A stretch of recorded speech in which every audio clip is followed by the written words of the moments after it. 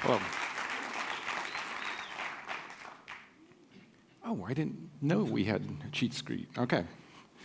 Hi, I'm Chet Faliszek from Valve. Sorry, I've got my phone for a couple of notes, maybe. Sorry, apologies. And also, I'm probably going to start coughing crazily because I was out last night in the cold watching the Northern Lights, which was super awesome. So it's good to be back in Iceland again. Last year I talked about that we didn't really know anything in virtual reality, and that's still pretty much true. But we did launch in the spring, and so we learned some things, and so I kind of want to share those with you today. Okay, so one of the things is before I begin, I have to remind you that everything I'm discussing today has a bias. Right? Virtual reality is really new. We don't know what we don't know yet, and so because of that, we're still learning, and we start with what's easy. So that means we come with a bias. We have a way of looking at things. And so the example I always use is Hollywood. Hollywood needed an animal star, and they picked dogs. They made thousands of movies with dogs. It was the world's most popular pet, according to them. All cat people had was that darn cat. But then the internet came. And what we found out was, with sites like Reddit and people being able to share pictures, that the cat picture craze was born. People like cats. Now, the important thing there is if you had been, and what we found out was that Hollywood had actually chosen dogs because it was the easy thing to choose. They were able to train them. They could get them to do tricks, stay on the shot. That's why they chose dogs. They didn't choose dogs because they were actually the most popular pet. So now if you were a pet food manufacturer and you had just merely based your decision on what pet food to manufacture on Hollywood, you'd have missed half your market. And so as we begin our journeys here in virtual reality, we want to think about that always. The bias I'm showing you today here, we could be wrong. What could be the future could actually be something else entirely. So always keep your eyes open and don't be worried about kind of trying and testing things that aren't the proven. Okay, so what did we learn in virtual reality? What we learned is people like virtual reality, especially if they've been exposed to virtual reality. So again and again we see the best opportunity to spread the word about virtual reality is by giving demos, by letting people play it. And that's why we continually still, back at Valve, give demos. And we give demos every single day. And if you're a developer out there and you're doing some stuff with the Vive and you want to show, let us know. We're happy to support you, to send kits if we can, or even systems, or if it's a big show, we often have support on site. I mean, the good thing is this becomes more and more mature, even in the last 6 months. It becomes easier and easier to do, and there's less need for support. Okay, the one thing we learned, even in the early days, is developers can find success. So this is on the day raw data launched. It's by Survios. They were #1 on Steam. Now think about that for a moment. That's not like just in the VR titles. That's all of Steam. This isn't some future event. This isn't something that's going to happen once we have enough headsets. They had enough headsets to be #1 on Steam. So it's a good day, right? Then right now, every single day, there's more and more people entering that pool and building your opportunity. So what we found, so what we found, the secret to making a good VR game is the same as making a 2D game. Make a good game, price it right, update, update, update. And that's kind of your secret for success. So I'm going to go over those points now. To make a good game, you want to think about the platform. You want to think about what you're working on and what you want to bring to it. What doesn't work is not embracing the platform. You don't want to shoehorn a game that doesn't need to be into VR. That's not going to be successful. And one of the early bias we see is that customers want the motion controller supported, because that's to them a quick shorthand that you're embracing the platform. Now, obviously, if you're making a racing game or a flying game or a space game, they're not expecting that, and game pads or the flight sticks are great. But they do have a bias towards games that have the motion control support, because players expect you to embrace the platform, and they understand what the platform is. So here's another title, Vanishing Realms. And this is a good example of what it means to embrace the platform. So this is made by an individual, a solo developer, Indimo Games. And if you take a look at those review scores, right, that's overwhelmingly positive, and then for his most recent update, very positive. And that'll actually move to overwhelmingly positive once he has enough updates. But those are great scores. And then if you look at the tag at the bottom, it was also an early access title. There's no stigma to that, because the players in VR in particular are used to that way of working now, because it's so new that they love developers that work with them on what they're making. So what does Vanishing Realms do so well to embrace virtual reality? This is the enemy, and he's charging up these stairs at you. When he attacks, you block his attack. You don't block it by hitting the B key. You block it by holding up your shield in one hand and then swinging your sword back with the other. You're actually doing the real physical, real-world interaction. And so this gets intense. This is a physical game that you're playing. And it doesn't have to just mirror the real world. Not that ghouls and goblins are the real world, but you know what I mean, real-world interactions. So here's Audio Shield. In this game, it's another successful game on VR, and here you're blocking the music to the beat. You're not pretending you're holding an instrument. You're not struggling with mimicking that instrument. Instead, you're just immersed in the world of the music, and you kind of get lost in it. And it's the ability that VR has is to transport you in another place, to take you to another world. And remember, when you're placing those people in those other world, you're actually placing them in the other world. It's no longer an avatar abstracted. So here, this is Space Pirate Trainer. And when these enemies shoot at you, they're shooting at you. They're not shooting at your character on the screen. And so you'll see people run, duck, dive out of the way. They have the same physical reactions they would have in the real world if this was happening. And the other interesting thing is, you aim down the gun, you aim down the barrel of the gun. Well, here's the thing, is you're actually aiming down the barrel of the gun. And so what Dirk, the developer, had to do was make it so that people could adjust the angle that you were holding the controller to relationship to the gun, because it mattered now. And when has that ever mattered? Right? We've been making games for 20 years now where the gun's just held by whatever way the animator thinks is the coolest, right? If it's going to be all gangster, it's the gun's on the side. If it's military, they're holding it very professionally. All you've cared about is maybe seeing that little bit of the model in your view model, or you've really cared about is the crosshair that you're controlling with the mouse and keyboard. But this is different now. And a good example of how this is different is, this is a player playing the Valzone longbow. So now we found that if you're really good at bow and arrow, you're really good at longbow, because you're physically doing the action of pulling back and shooting arrows.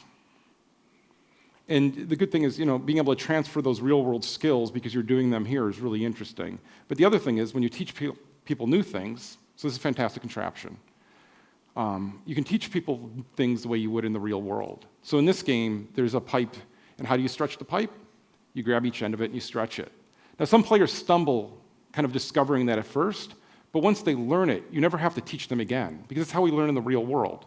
You're not teaching them AABBA to do something. You're teaching them grab that pipe and stretch it. So it's really powerful. So something else we learned, there's always someone saying you can't have VR until you have lifelike graphics. And that's simply not true. Or we don't think it's correct, let me put it that way. We see no connection between realistic graphics and sales. What we do see is a correlation between consistent graphics and consistency of interaction to sales. So what that means is, your visual system controls your brain in a lot of ways. If you throw somebody in a cartoon world, they believe they're in a cartoon world. They'll accept that. They really quickly just understand these are the rules of the world that I'm in right now. But what breaks that world for them is, if you give them 12 things to interact with, and they can only interact with 5 of them, that breaks it. That makes them stop believing in the world being real. VR is new. We keep learning new things, and we keep trying to avoid setting rules that you cannot break. And this is a game called Onward. It's made by a 19-year-old guy named Dante.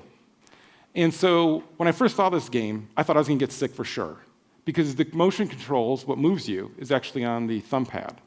So it's abstracting your movement, right? It's not one-to-one. It's an abstraction. It's actually a complicated game where you have a radio on you, how you reload the weapons, all these other interactions are done with the controllers and feel lifelike. But the movement was to the gamepad, and normally for me that makes me sick. But here it didn't. And it has to do, I think, with that it's a wide open spaces, you move slow, and there's a part of your brain when you're in intense combat says, hey, I don't have time to be sick. I gotta concentrate on what's going on.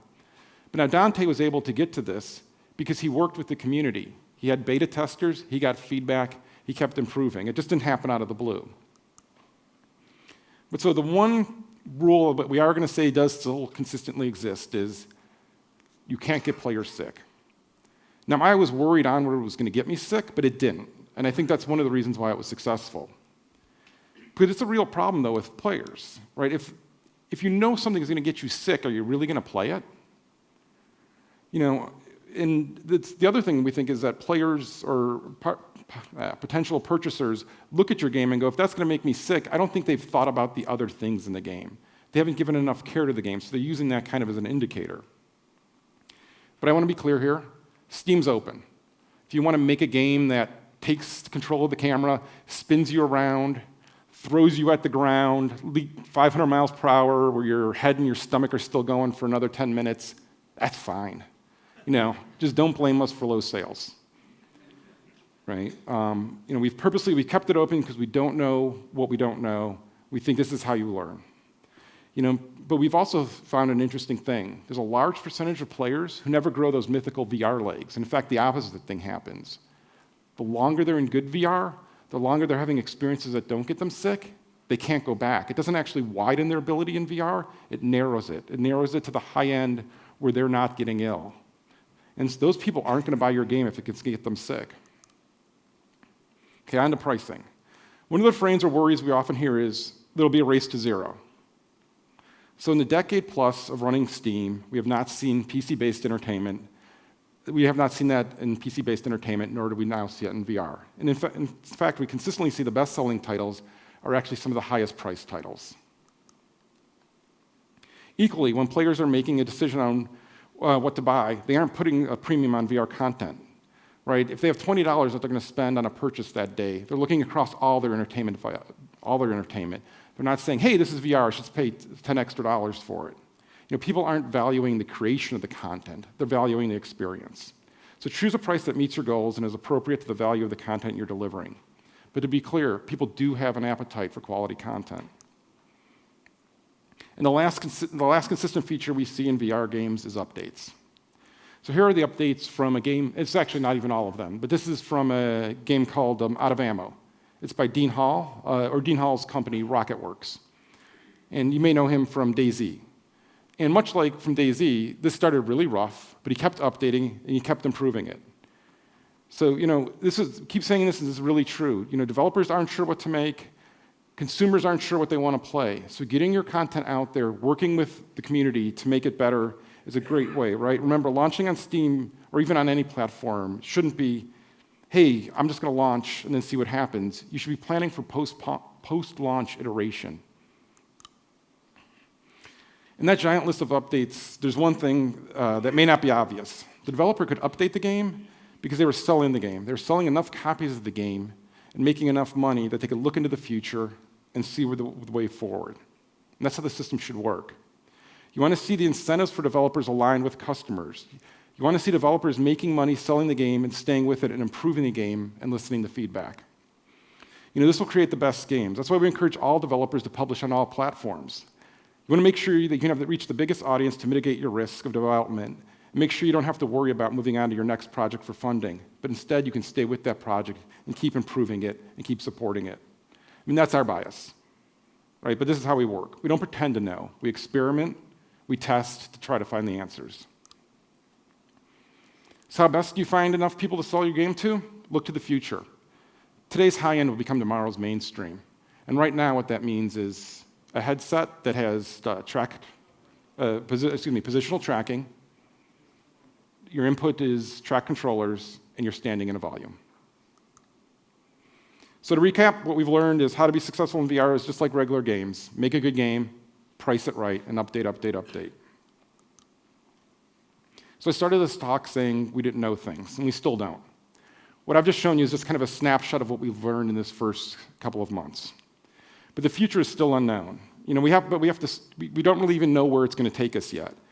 We'll start VR to those next steps. So some of it's not going to be games, it's going to be tools, it's going to be a whole bunch of other experiences.